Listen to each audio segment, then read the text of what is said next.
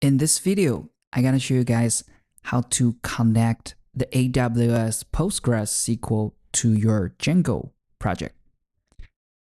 So in this video, we're gonna follow this guide here, and I will also include the link of this repo in the video description. So feel free to also use this guy as a reference. So I assume you already have an AWS account. So for this project, I also create a very simple, the starting project right here. So nothing special, just I didn't create anything, just, the starting project, Django project right here. So now step one, we're gonna log into AWS account and create a Postgres instance. So once you log into your AWS console, you could search RDS. You could also add it to your favorite. You click here and we just click this button right here, create database. And you could also use this guide. There's some information. You could use the reference right here.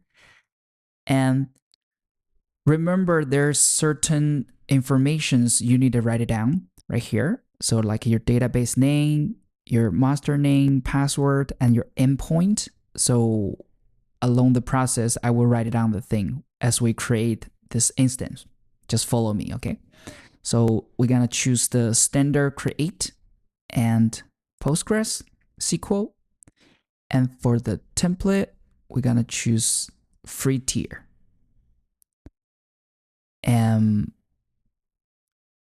so this is the database identifier. So we could see my first database ID, short for identifier.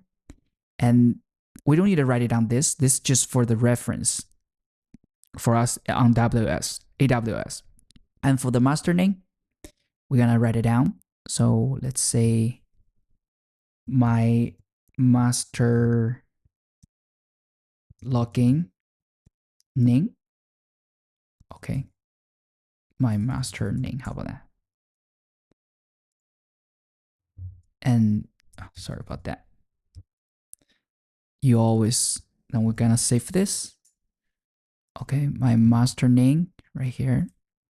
And for the password, let's choose password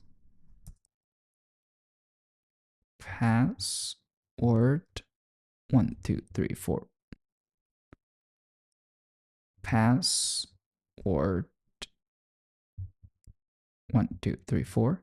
Yeah, I just choose the simple. Let's see.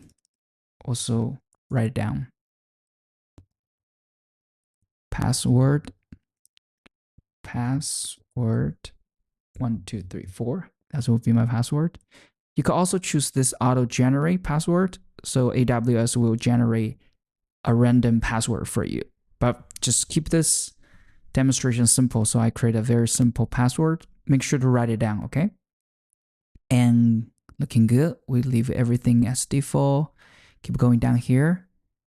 And for this one, the public access, we choose yes. But for your production, I would recommend you choose no. So make sure only your Django project could access it. But for this video, we just keep things simple. So we allow public access. And also for the security group, where is the security group?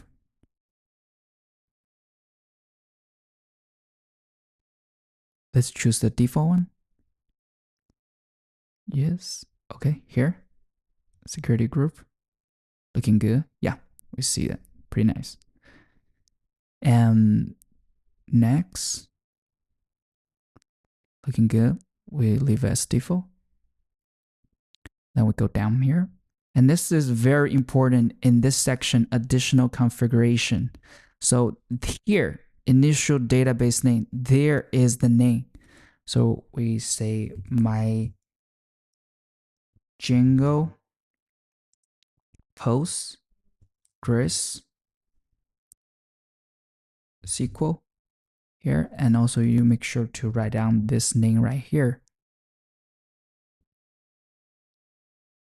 Oh, I made a mistake here. See here? This is my DB name. Sorry, guys.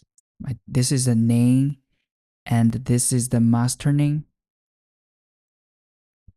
And here is the password. Sorry about that, guys. Okay. Now looking better. So after that, everything will just leave as default. And yeah, we just create the database here. So it takes a couple minutes, 5 minutes, really depends on the AWS. And so we're gonna wait. I will come back once the status become available. So I will pass the video here. Okay, I wait about 5-7 minutes. Now the status become available. So let's keep going. So now we're at the step 2. So we're gonna allow the instance security group, allow this the port and the source from my IP or all the IPs. So let's go to the instance here, click the ID identifier and select the security. We see the group right here. And we click the security group here. So right now, this security group allow all the traffic went through. And also, we could also add inbound rules. So add a rule, remember the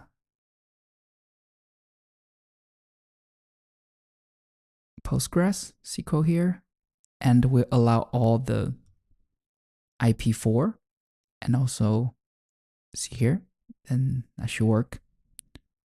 And this is just for testing.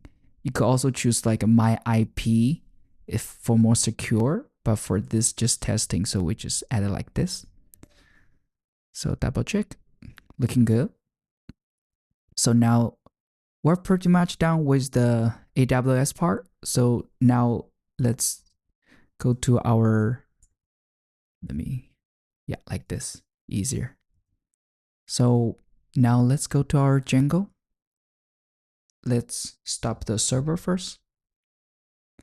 First thing first, we need install the Postgres driver for Django. Let's just copy her here. Log in here. Okay. Zoom in a little bit. And let's copy this and go to our project settings file here and put all the way down up right here. And remember the information we write down before. So the engine, leave it. For the name, remember the name was Django SQL right here. Paste the name. And for the user, this will be the master username. Let's go back here. My master name and copy paste here. And for the password, remember we also write down here. Password 123. And for the host, we're gonna go back to the instance here. Go to the instance, RDS instance. Let's go back. See here? This is we just created, and you will see the endpoint. Let's copy her here. That's the host name right here. And the port right here, you see? Okay. So make sure the info you write it down is correct and here. So now let's test it out. After we set up this, we need a make migrations and migrate. Let's do this first. So Python. So right now, if we make the migrations right now, so which means that this Django project will connect to the widget setting, the PostgreSQL here. So let's try it out. Okay. Make migrations.